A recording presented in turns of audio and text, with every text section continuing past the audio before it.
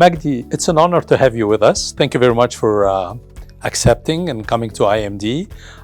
You are head of operations at Nestlé, huge group, one of the biggest in food business in the world, over 80 billion Swiss francs today, pretty impressive.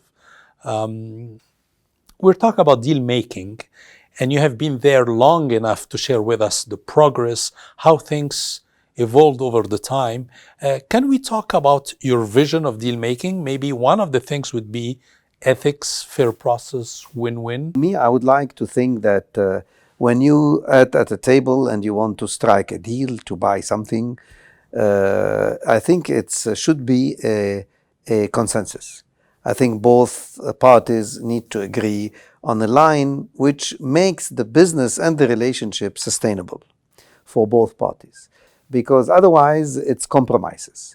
And compromises usually lead to a win-lose situation, and sometimes in no time, without you knowing, it could be a lose-lose situation.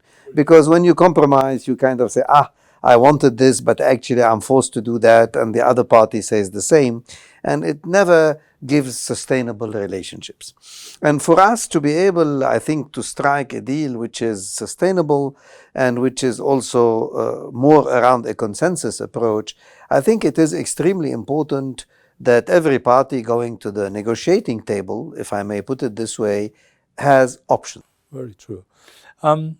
When we spoke a couple of times, you mentioned the word agility. I think this is something very dear to you. Within agility, is mobility of your own people through the countries part of that? I mean, somebody who can work in Africa, in the Middle East, but also in Europe and the US. This is becoming a scarce resource to have people who are so mobile and who are dealer-wheelers, not on the negative side of it, but I mean, they know how to adapt to culture. How do you manage that?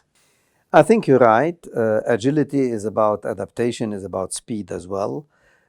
Before I go to people, maybe allow me one word about also how we need to meet decisions fast. And the part also of agility when we spoke is to also what we ask from our suppliers is a quick adaptation to what we bring to them.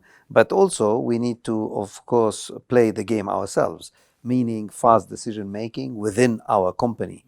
And sometimes it's a challenge seen from outside. To be honest, a big company like Nestlé, you need a lot of alignment, you need to spend a lot of time. And it's interesting, a comment that comes across from people around us, from outside Nestlé, is to say, look, you guys are big, we know it takes time by the time you align, but once you align, you really move very fast. Yeah. So this agility piece is also important in our discussion and the relationship with suppliers. But to your point about people, you know, it is not so easy to find people that can adapt to many cultures. So, and I think now the situation is evolving in a sense.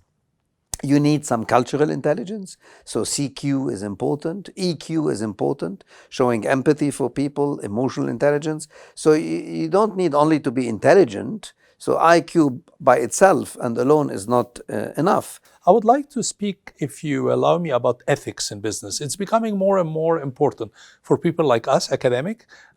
People ask about compliance. So this is very legal. I'm much more interested in ethics, which means that you can really squeeze people, but on the long term, maybe this is not your best choice because it's a win-win type of mindset. Would you like to share something about ethics and maybe link it to social capital, your capability just to be nice, straightforward, honest to suppliers? Can we combine those two together? No, absolutely. I think I agree 100% with what you said. A company like us, this is our blood. This is our bread and butter, you know, compliance and ethics. We say things and truthful to what we say, be compliant with what we said ourselves, but also, of course, be compliant with all the rules and regulations out there. We operate in 187 countries, so you can imagine also the diversity of rules and regulations we need to comply to. So that we cannot do anything or think of or dream of doing any business without those basic principles, because the damage to our brands, the damage to our reputation, to our name, to our company, to our people is just huge. So this is not even to be thought of. And we are looking also, it's part of, this is part of human rights, ethics, and all that, and having fair negotiations is also part of our sustainability. Social capital. How do you develop that? I've seen a lot in countries where there is no system, where information is not available. Smart negotiator and deal makers would typically go and be kind to people they don't need, because they know that it's a wheel. Maybe today you don't need me, I don't need you, but maybe tomorrow we'll need each other.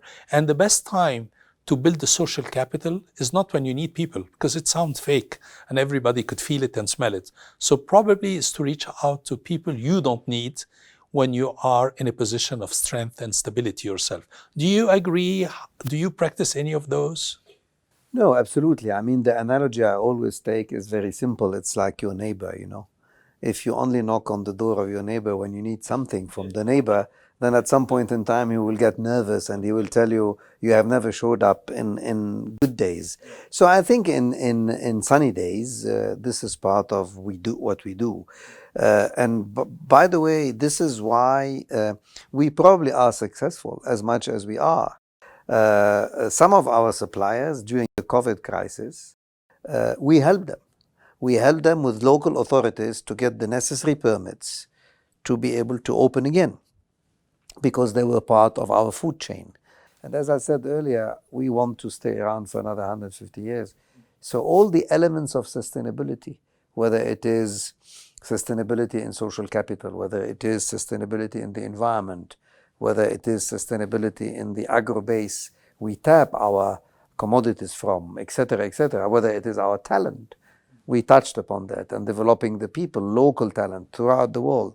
All this makes our business sustainable and makes our brands live longer. And that's what we are here for.